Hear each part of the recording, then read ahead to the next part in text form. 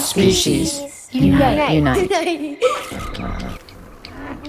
The basic premise of the event is that hunters hunt rattlesnakes from the surrounding environment all across West Texas and bring them in to the roundup for the weekend. And during the roundup, these snakes are kept in a pit and then one by one beheaded and skinned in front of audiences.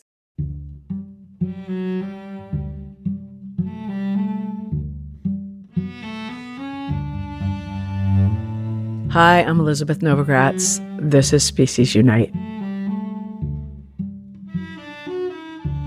This conversation is with Elizabeth MeLampy. Elizabeth is a lawyer whose work focuses on animal rights and protection, and she's recently written a book. It's called Forget the Camel, the madcap world of animal festivals and what they say about being human. And to write the book, she attended animal festivals all across the country, everything from the Iditarod dog sled race to a rattlesnake roundup in Sweetwater, Texas.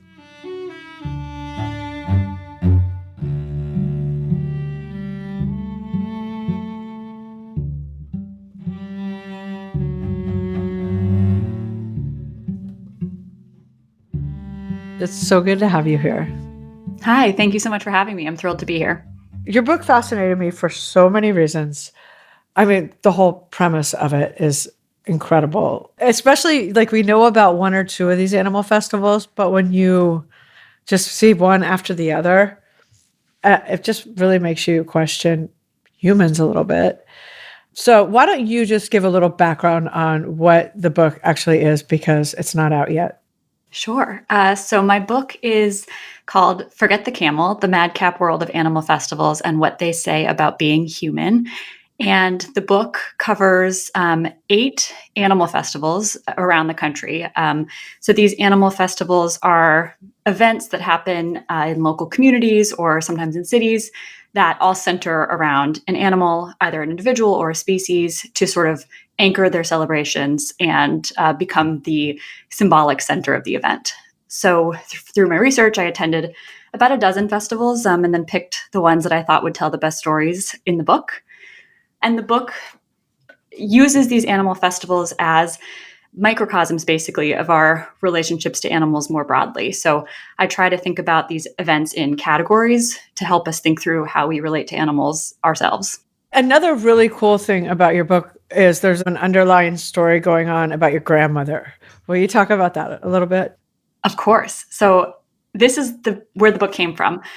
My grandmother, her name was Elizabeth Atwood Lawrence. She was an anthropologist and a veterinarian, and she studied human-animal relationships. She was a real pioneer in the field back in the 80s and 90s. And she, in the late 90s, was starting to think about a book about animal festivals, what would have been a pretty academic anthology, like an anthropological work about these events. And she was looking at events around the world. She passed away before she could finish her book, before she could really even see it take shape. And my parents kept all of her files and notes and kind of anything that was left from that project in our attic. And so around the years of COVID, I pulled out these old files and started digging around. And I realized that there was something really interesting and exciting going on here. And I started Googling and doing my own kind of tentative research, just trying to figure out what was still out there. And I was surprised by what I found. Every event except for one was still happening in full force, and some had even grown over the years. I found so many more events through the course of my research than my grandmother's notes even suggested. I realized this was a bigger picture issue and something that was very much still alive today. So I picked up where my grandmother left off, I like to think, and I used her research and her notes as a starting point. So I read everything that I could find in there and then did my own research in addition. And I think it lends the book a really interesting sort of like 30-year time frame. I have her notes from the 90s, and then I can compare them to what I saw in 2024, 23, when I was doing all of this travel for the research. And, sometimes things were exactly the same that you think would have changed, and sometimes things were slightly better. And I think it's really interesting to have that sort of meta look at these events across such a long period of time. Oh yeah, it's so cool. It's incredible you had that. Like, what a gift. What was the festival that is no longer? A pigeon shoot in Higgins, Pennsylvania. Good. Animal advocates, brought some lawsuits that effectively ended that event. I want to start kind of where you start with the Iditarod, because the Iditarod is more famous. Like, a lot of people know it, and some people are aware that this is not really great for dogs, but a lot of people still think it's like the greatest thing on earth for dogs. Will you talk about like why you started there and just talk about the actual race? I think your question explains exactly why I started there. I think it's a really fascinating event that covers the whole scope of the book. It has the good, it has the bad, it has the controversy, it has so much cultural relevance. I mean, it's everything kind of wrapped up in a nice little package to help raise the questions that then I hope to answer sort of throughout the rest of the book. The Iditarod was one of my favorite events to attend, actually. Anchorage is such a fun city. It has so much character, and the Iditarod itself it's something that I grew up hearing about. I used to see it on the news. I had so many, I think, kind of ideas about this event, and it was really wonderful to be there and to see this winter city kind of come alive for this event. But at the same time, I am acutely aware of the harm that those dogs undergo, and I had studied it all before I went. I felt very somber watching the dogs take off on this 1,000-mile journey because I knew what was ahead of them, maybe as much as the dogs did. And that, I think, that juxtaposition of this real sort of meaningful, fun, good time with this harm that was about to take place, I think it raises the key question of the book, which is basically how do you balance these things? How do you balance the benefit to humans, which every single event in my book offers, with the harm to animals that is really real and, in the Iditarod's case, deadly? It's one of those examples, and it's not just with festivals, it's how we treat animals across the board. It's one of those examples where you see like there's so much culture and so much joy and community and things that happen around this thing that you can see the disconnect between the dogs getting hurt or killed and the people that celebrate this thing. Like, it's a big deal. It's just like such an example of how hard some of the stuff is to change. Exactly. These events are really entrenched, and the cultural importance is also hyper local, which I found really interesting throughout the research that I did and all the events that I attended. They matter so much to the local communities in a way that I think makes them, like you said, even more entrenched and even sort of harder to conceive about what change might look like, because it cuts to the core of who these communities are in many cases. And you can empathize with the communities, even though you can be horrified about what's happening to the animals within them. Exactly. It's kind of the stuff I think about every day, right? Like, how do we make people want to change when it's so entrenched in culture? It's so much harder. And I think that the Iditarod too is, because it's so entrenched in that culture, I think it shows you how the stories that we tell about animals really matter for what happens to those animals. So the stories that you hear when you're there, when you research the Iditarod, when you watch movies about it, is that these dogs want to run. That's the story you hear over and over again. And in part, it might be partly true, but in part, it's definitely not true. I think, when you're sort of faced with the deadly part of the run. And I think the stories that we tell about animals are repeated in these festivals year after year, which is part of why I think they're so interesting. Yeah. But then you go to another festival, and this one, I don't know how, like, I get that there's community around it, but it's a lot harder to empathize for me. The rattlesnake roundup. Now, I had heard of it. I didn't know of details till I read your book, and I'd seen photos from it. But will you talk about, first of all, just what it is? Yeah, of course. So the first section of my book is called Dominance. And so the book is broken down into 3 parts. And dominance is where the book starts, because I think it is the clearest form of exploitation of animals. And so I start the section with the rattlesnake roundup. The rattlesnake roundup is an event that I went to the world's largest rattlesnake roundup in Sweetwater, Texas.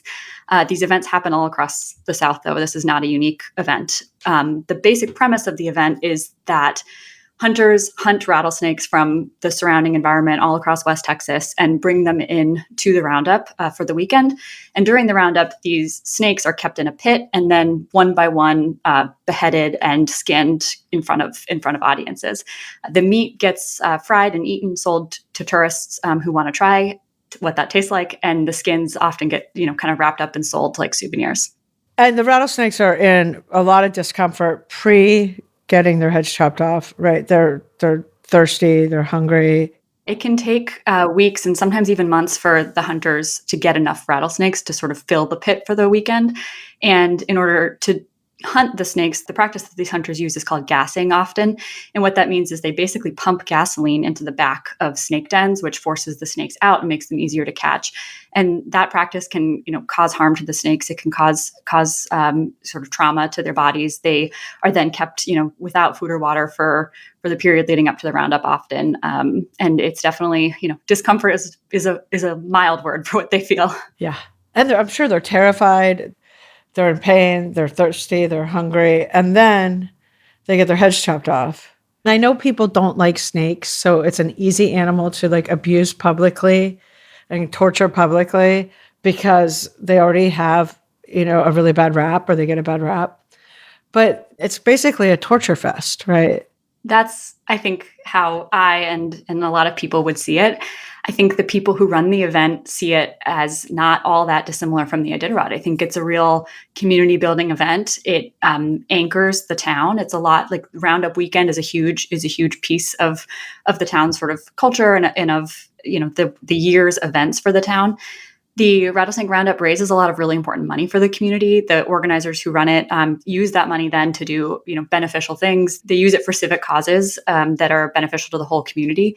And I think they see that is a good. Those are goods that come out of the event, which is, I think, something I mentioned in this chapter is that some roundups in different states have transitioned to be no-kill roundups. So in Georgia, they used to do these same kind of rattlesnake roundups, or some states call them like rattlesnake rodeos, but the same basic idea of hunting and killing snakes. And in Georgia, they have transitioned to no-kill roundups where they have a big event. They do the fair, the carnival, the live music, the contests, all the other things that accompany the killing. And instead of doing the killing, they bring in captive snakes to sort of educate people about the rattlesnakes in the region. So that's the blueprint for what a transition for the rattlesnake roundup might look like. And I think that sort of offers an opportunity, I think, for these communities who are still engaged in this event to get the benefit without the harm to animals. And for the one you were at in Sweetwater, did it feel like or seem like there was a lot of joy around like the beheadings and skinnings? Yeah, I think joy is a good word. To me, a lot of the violence felt gratuitous. I think it was very much they were peddling fear. They would push snake heads into people's faces as they passed to try to like jump scare them. And I think that's kind of the idea was to engage with that fear, is to engage with this, pest animal that we don't like and really, feel what that might feel like. And I think that is a big part of the appeal of the event for tourists too, is it's this sort of novel thing that they can try something totally new that they've never tried before. So I was telling somebody recently about your book, and I was saying there's so many reasons it's interesting to me, but one is it's like there's so much normalized violence in it, and which was what we do. I mean, that's the food on our plates too. Normalized violence is how we've ended up here and how we treat animals. But when it's that kind of celebratory one thing that everyone attends together, it normalizes violence across the board for all animals in a lot of ways. It's one more kind of thing of making humans separate. Exactly. These festivals are important for what they normalize. It's important because of that. And I think, it's on the one hand easy to look at the table of contents of my book at these festivals and say, these are really small events, only, 40,000 people, something like that. In the scheme of things, why do these matter? And I believe they matter because of exactly what you just said. First of all, these are not the only 8 animal festivals. As through my research, I found dozens and dozens of animal festivals. I just gave a talk last week about my book, and someone came up to me afterwards and said, have you heard about, this festival? And I hadn't. And that has happened to me so many times through the course of researching this book, is because a lot of them are small and, like I said, hyper localized. It's whatever a particular town or community, whatever their history with animals holds, is what then they use in these festivals. And I think that in the aggregate, when you start to sort of zoom out and look at this, it is important because it normalizes this violence. Or in the case of some of the other festivals where animals aren't literally being killed, it normalizes a pretty deep indifference to animals. Yeah. For instance, the camel and ostrich races. You're thinking, this is 2025 and we're doing this. We're bringing all these camels and ostriches to Nevada for this ridiculous day of people riding them and falling off, the animals getting hurt, people getting hurt, all in the name of a festival. And this is another thing that stuck out to me. I mean, the US isn't very old anyway as a country, but a lot of these festivals, even though they've been happening for years and years, they're maybe 50 years old, most of them. So they're not like ancient traditions that we've been doing forever, but they become that rather quickly, it feels like.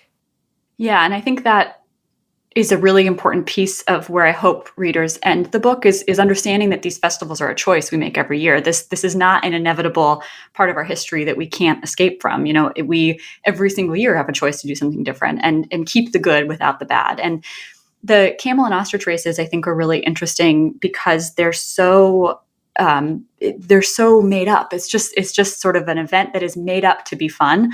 And, we can make up anything to be fun. It doesn't have to be using and abusing animals. So I think it's a particularly fruitful chapter for that point. Well, and you realize, like, in many places, not all over, unfortunately, we've banned animals in circuses and people move on and they go to human circuses and they're fine. Even though it feels like these things are so hardcore, like this is what this community does, we do change. Exactly. Yeah. And I think that change can be uncomfortable for a little bit. I think it can, it will involve, I think, a transition period that will be hard for the people who make livings off of these practices or who, really benefit that these, the towns get so much money from tourists like me coming in and staying there and eating their food and all of that. And I think the transition year will be hard, but I think you're totally right that change is possible. I am not judging anyone who goes to the events. I went to all these events. I paid for them. I sat in those stands. I was a body sort of participating and experiencing these events. I think it is not about pointing to communities and saying, hey, you're doing this wrong. It's much more about looking around saying, I think we're all doing this wrong. I think we can all, relate to animals in a better way that is more compassionate and considerate of the animal experience in addition to ours, not instead of. And I think that's an important difference. But in addition, I think there's always, it's not zero sum. It's not animals or us. We can all enjoy ourselves and have a family fun Saturday at the town festival without harming animals. Which festival like kind of got you the hardest? Like which was the most uncomfortable to be at? The most uncomfortable to be at was the rattlesnake roundup. I think that was hard. It was hard to look around and see that kind of violence, that kind of gore and blood, and sort of really seeing people engage with that in a way that feels really foreign to me. But I think relatedly, the Maine Lobster Festival was hard in a way too, not necessarily because of what was happening, because I am much more desensitized to killing lobsters. I grew up in New England. I've eaten lobster many times in my life. It's something that is in my sort of cultural background. But because I realized as I was there that the Maine Lobster Festival, which is where they kill lots of lobsters and serve them in the big tent to visitors, I realized that was basically the same exact thing as the rattlesnake roundup. I mean, to your point about how horrifying the roundup is, I think a lot of people have that reaction when they hear about it. And one of the things I tried to draw readers' attention to in this book was how it's not that different than a lot of other things that we might consider completely normal, like a big lobster bake or a big barbecue or any of the things we sort of center around eating a dead animal. I mean, it's not a huge difference, I think, from the rattlesnake roundup. I was vegetarian since I was a kid, but when I went vegan, it was because I learned about the dog meat trade. And I had known about it, but I really learned about it. It was like every other animal that I partake in exploiting or harming just became so apparent to me because I learned about another animal. And it was like a light went off. Exactly. It's like drawing those parallels that you don't always think about, and using your understanding of, right and wrong in one setting and learning how to expand it to another that might seem less obvious to you because of our normalization and our desensitization and all of that. And you mentioned this isn't a festival you go to, but you mention it. And it's because some of these things are straight up egregious, like the rattlesnakes. But that we have killing contests all over America where people go and kill coyotes, foxes, just anybody in mass numbers. It's the same kind of thing. It just your book made me think so much about not only what are we doing, but there's so much we have to change. But it's a lot. What festival did you find that the most, like that you could see change happening? I think that the clearest paradigm for change is in the rattlesnake roundup. I think the no-kill option is so obvious to me anyway, and I think to a lot of people what the next step should be. A lot of what I saw in these, in I think moving out of the dominant section into the second section where the camel and ostrich race chapter is I call that section humor. And so this is sort of a transition section. It's like you have the clear exploitation on one hand, and then the third section is called reverence. So you have festivals that really adore animals and lift them up and try to sort of, put them on a pedestal and say, how great is this? And in the middle, you have this sort of weird ambivalence. And I think I use the word humor because a lot of the festivals that I thought of in this category, they do relate to animals with some form of comedy or humor or something like that. But I think in those festivals is where you see some transition to thinking about welfare. It's when you start to hear, oh, we shouldn't be killing those animals. We shouldn't be hurting them, but it's totally okay to use them for our purposes, even if that means they're not comfortable or we're scaring them or we're hurting them in some minor way. And so I think that is sort of change in action. You can see it happening. And I think the best example of this is I do a chapter on the Jumping Frog Jubilee, which takes place in Calaveras County, California. It's based around a Mark Twain, the story that made Mark Twain famous, which is called the Jumping Frog of Calaveras County. And so now they do a jumping frog contest every year to celebrate their ties to Mark Twain and the sort of gold rushing past. And the Jumping Frog Jubilee, when my grandmother went 30 years ago, she wrote in her notes about seeing something called the Tomb of the Unknown Frog. And it was meant to sort of honor all the frogs that lost their lives at the Jubilee, at the jumping contest. And when I was there, this was not tolerated at all. There were no deaths. If they were certainly not advertising them or honoring them in any way. And I think in the intervening years, they've put together a very strict frog welfare policy that's posted on the wall right when you walk in. Everyone there could see it. They have a frog welfare officer whose whole job is to take care of the frogs, make sure they're not overheated or overworked or whatever. And I think that the welfare piece is, I think, what change is currently going to look like. And, that's a double-edged sword. Welfare is better than no welfare, certainly. But welfare, I think, can also kind of hide the deeper truth that's going on, which is, these events still do use and hurt animals. The frogs were terrified. That's why they jump. They're scared. And so we scare them over and over and over again, trying to get them to jump further and further. And, sure, that's not killing them, but it's certainly not respecting them in their natural habitat either. So it's somewhere, I think, to your question about change, I think, change looks a lot like welfare right now for animals, I think. No, it does. And it's complicated, like you said, because so much welfare is kind of, it hides the truth and it gives people a reason to keep doing what they're doing under the guise of welfare. And so it's both. It's a doorway and it's also like a hiding place in a way. Exactly. But it is an opportunity. And I think it's an opportunity for people to start changing how they think about animals. If you're thinking about animal welfare at all, that's the first step, I think, to thinking about, okay, maybe animal welfare is worth me changing my practices. And I think that's like, I see that as the next hopeful step, I hope. Let's talk about the reverence chapter. And I love that you talk about Groundhog Day because nobody talks about Groundhog Day. So will you start with that? Yeah.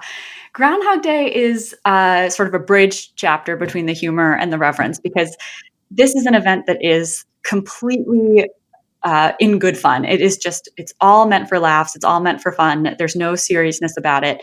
But on the other hand, there's this groundhog, this single groundhog. I went to Groundhog Day in Punxsutawney, Pennsylvania. So Punxsutawney Phil is at the center of this event, and that is a single animal that this whole event surrounds. I mean, people were dressed up like groundhogs. They had groundhog hats. They had leggings with groundhog, images plastered all over them. It was a total adoration of Phil, this, clairvoyant groundhog. And I think that it's an event that I find really exciting about this book. I'm so curious to see what readers have to say about it, because it's an event that is to many people, so harmless. It is just an event that is like I don't know, once a year, how bad is it to ask a groundhog to look at his shadow? It's something that doesn't seem, it's nowhere near the rattlesnake roundup or the lobster festival or an event that ends up killing, hundreds of thousands of animals. This is not like that at all.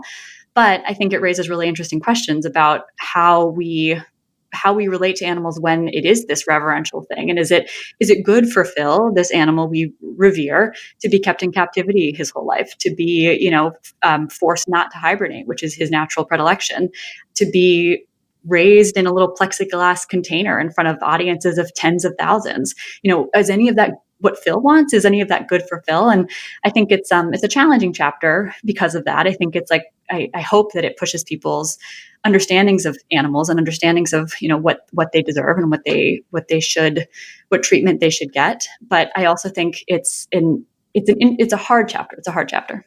Yeah, no, it is a hard chapter because there are animals that we like just think so highly of, or we respect, and still don't treat well, or don't give them autonomy, or let them live how they would if it were up to them.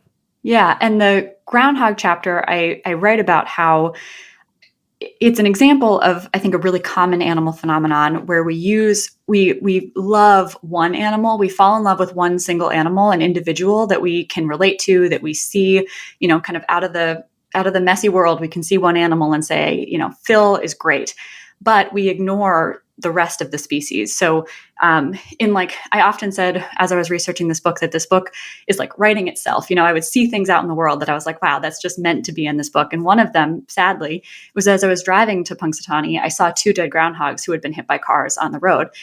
And it was just a moment for me where I was like, I'm going to, worship this groundhog, Phil. And yet on the way, other humans had, without, probably not their fault, but just sort of had, because of poor road management or whatever, had ended up hitting groundhogs. And I just think it is this example where we often love one while forgetting the rest. And so you see this a lot in the farming context when a single animal escapes. Often they'll go viral on social media. People will want them to go to sanctuary. People will give them names. People really kind of fall in love with these ambassadors of their species as individuals worthy of care and salvation and, a life, even though then a lot of those same people will go to dinner and order a burger and not connect the two as the exact same thing. And so I think it's an interesting thought exercise to think about Phil as kind of an ambassador of his species, but also as a way for us to revere the best parts of those animals while not actually asking very much of ourselves. We don't have to change a lot about our behavior or about our lifestyle or our cultural practices or whatever, if we can just pull out the one animal and see only the good things about them. Yeah, absolutely. And we do it with the presidential pardon on Thanksgiving, where 1 or 2 turkeys gets pardoned, and we kill 45 million others. And the pardon's so cute, and everybody's like all happy for the turkeys that get pardoned. Yet 45 million are slaughtered. What did you learn about human psychology writing this? The depth of cognitive dissonance continues to amaze me. And it's something that I've thought about a lot in my own life and sort of interrogated myself. I am not a lifelong vegan. I was raised total omnivore and ate meat most of my life until I was in law school. I started being vegetarian, and then only in 2020 did I go fully vegan. So this is a very new journey for me. And I think because of that, I like to think I can really relate to omnivores and how they think about their choices and their relationship with animals and all of that, because that was me 6 years ago.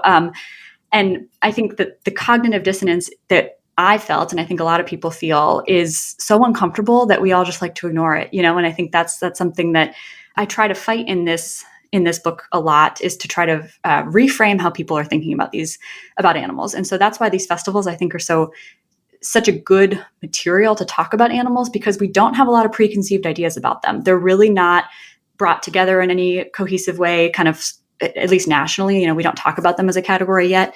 We don't really think about them as major movements of how we treat animals. It's just sort of this fringe thing. And so I think because of that, it creates a place where we can talk about animals without them being attached to our own personal choices, except for the communities. The people in these communities, it's certainly attached to their who they are and their history and their traditions and all of that. But for a lot of people, like myself, a lot of people who I hope will read this book, they can think about these festivals kind of in the abstract, and think about them as wait a second, how does any of this make sense once you start putting all the pieces together? And my hope is that once you do that, you can sort of start to change how you think about animals and change how you think about them in every aspect of your life, versus, it's not something that just happens in isolation in these small pockets in these festivals across the country. It's something that it happens in all of our lives every single day. We relate to animals. Every one of these festivals is a metaphor for daily life in the modern world on some level. And all the things that just kind of happen subconsciously or with a lot of cognitive dissonance that you really, in order to not be doing those things, if you decided you didn't want to, it takes a lot of consciousness. There's probably, I don't know, there's multiple times in a day where animals are, in your life and we were not conditioned to think that way. I wasn't born vegan either. It's definitely a learning process. And there's definitely a lot of like empathy, compassion for everyone who's never thought about being vegan, because I know what it was like too to not be vegan, and I didn't think about it. I didn't want it coming into my head because that would have made me feel bad.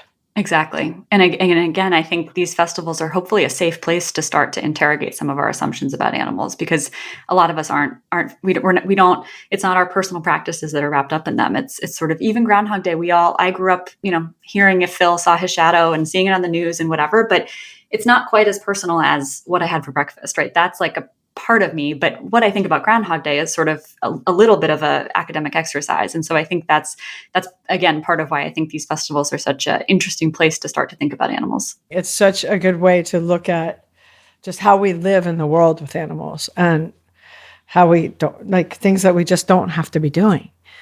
And they're not, we can make different choices for sure. Talk about the play. What's the play called? I can't remember. The Scopes Trial Play and Festival. I thought that was such a brilliant chapter and such a brilliant way to kind of bring all this together. Will you talk about it?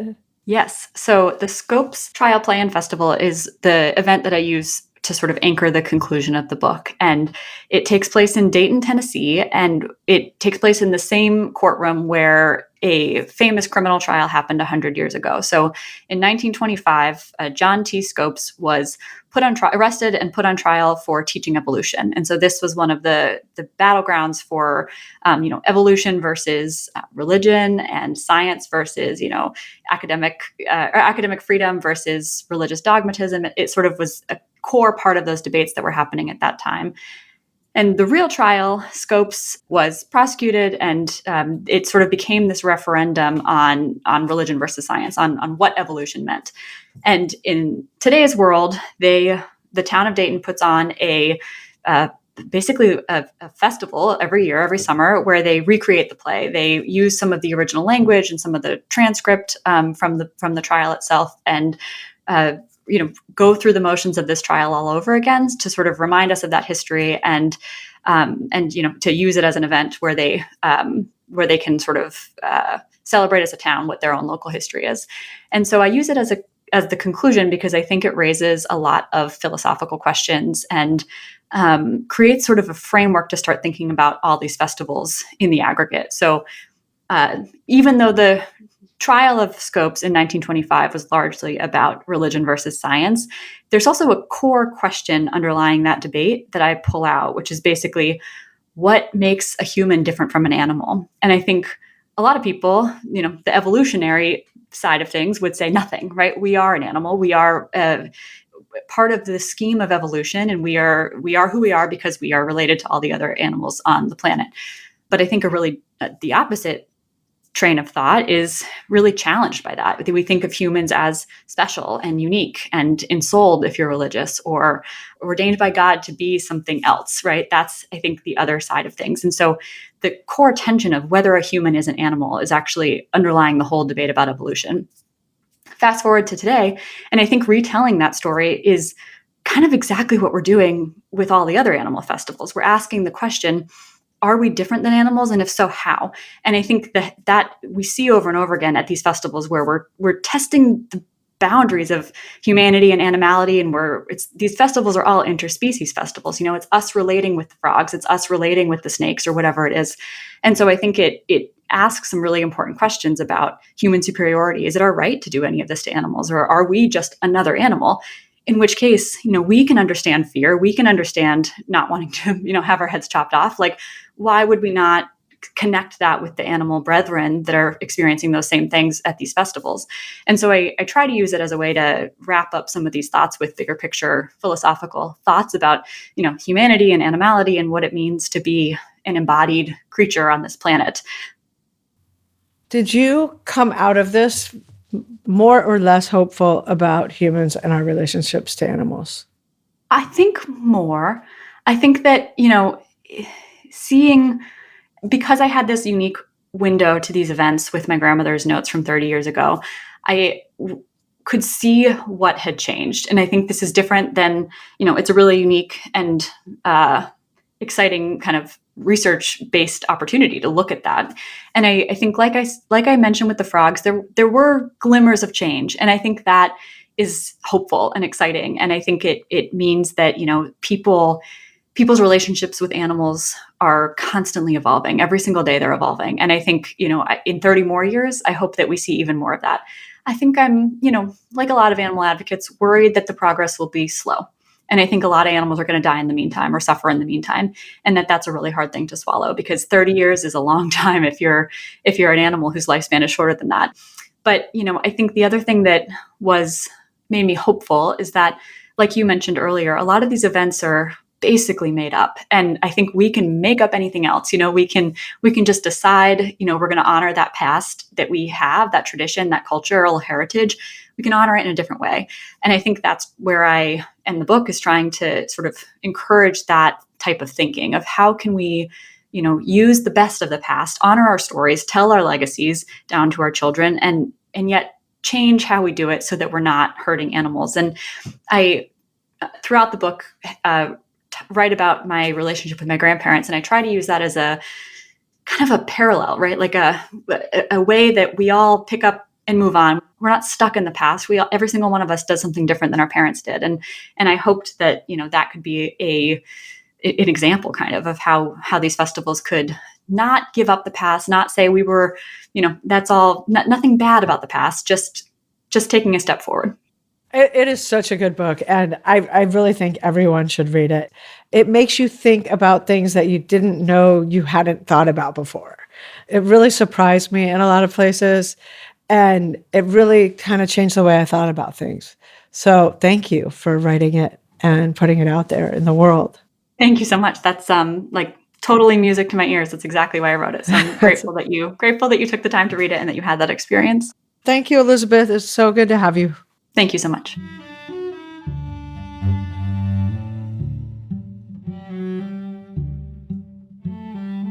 To learn more about Elizabeth and to read Forget the Camel, go to our website, speciesunite.com. We will have links to everything.